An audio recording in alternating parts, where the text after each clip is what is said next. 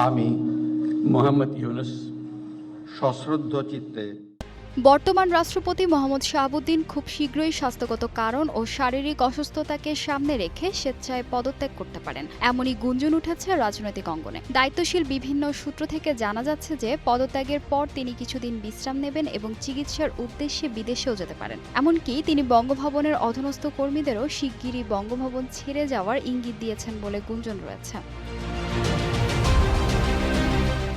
জুলকারনাইন শাহের রাষ্ট্রপতির পদত্যাগের বিষয়ে পরপর দুটি পোস্ট দিয়েছেন। তার প্রথম পোস্টে তিনি লিখেছেন, আগামী কয়েকদিনের মধ্যেই স্বাস্থ্যগত কারণ দেখিয়ে পদত্যাগ করতে যাচ্ছেন রাষ্ট্রপতি মোহাম্মদ শাহাবুদ্দিন। তার পোস্টে তিনি আরও উল্লেখ করেন, নতুন রাষ্ট্রপতি হিসেবে বিএনপির কোনো শীর্ষ নেতার পরিবর্তে পছন্দের তালিকায় রয়েছেন মন্ত্রিপরিষদ সচিব নাসিমুল গনি।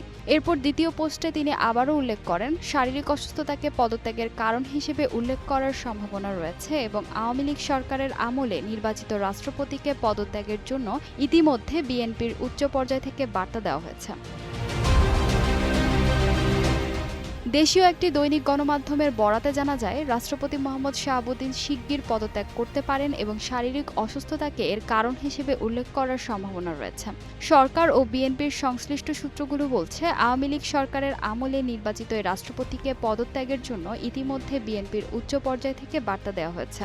বঙ্গভবন কেন্দ্রিক নির্ভরযোগ্য সূত্র জানিয়েছে, রাষ্ট্রপতি নিজে তার অধীনস্থ কর্মীদের শিগগিরই বঙ্গভবন ছেড়ে যাওয়ার ইঙ্গিত দিয়েছেন এবং পদত্যাগের পর তিনি কিছুদিন বিশ্রাম বা চিকিৎসার জন্য বিদেশে যেতে পারেন। সংবিধানের ৫০(৩) ও ৫৪ অনুচ্ছেদ অনুযায়ী তার পদত্যাগ ও স্পিকারের দায়িত্ব পালন সম্পর্কিত বিধান রয়েছে।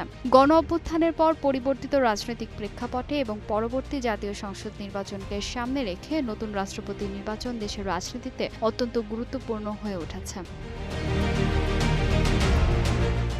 সার্বিকভাবে বলা যায়, রাষ্ট্রপতি মোহাম্মদ শাহাবুদ্দিনের সম্ভাব্য পদত্যাগ দেশের বর্তমান রাজনৈতিক পরিস্থিতিতে একটি বড় পরিবর্তন আনতে পারে। ২০২৩ সালে আওয়ামী লীগ সরকারের আমলে দায়িত্ব নেওয়া এই রাষ্ট্রপতির পদত্যাগের গুঞ্জন এবং বিএনপির পক্ষ থেকে বার্তা প্রেরণের বিষয়টি রাজনৈতিক অঙ্গনে নতুন আলোচনার জন্ম দিয়েছে। সংবিধান অনুযায়ী রাষ্ট্রপতির পদ শূন্য হলে পরবর্তী ৯০ দিনের মধ্যে নতুন রাষ্ট্রপতি নির্বাচন করতে হবে। ফলে রাজনৈতিক পালাবদল ও পরবর্তী জাতীয় নির্বাচনের আগে দেশের সর্বোচ্চ সাংবিধানিক পদে কে আসীন হয় তা এখন দেখার বিষয়। ফাহিমা সুরভি, নিউজ ডেস্ক, গ্লোবাল টেলিভিশন।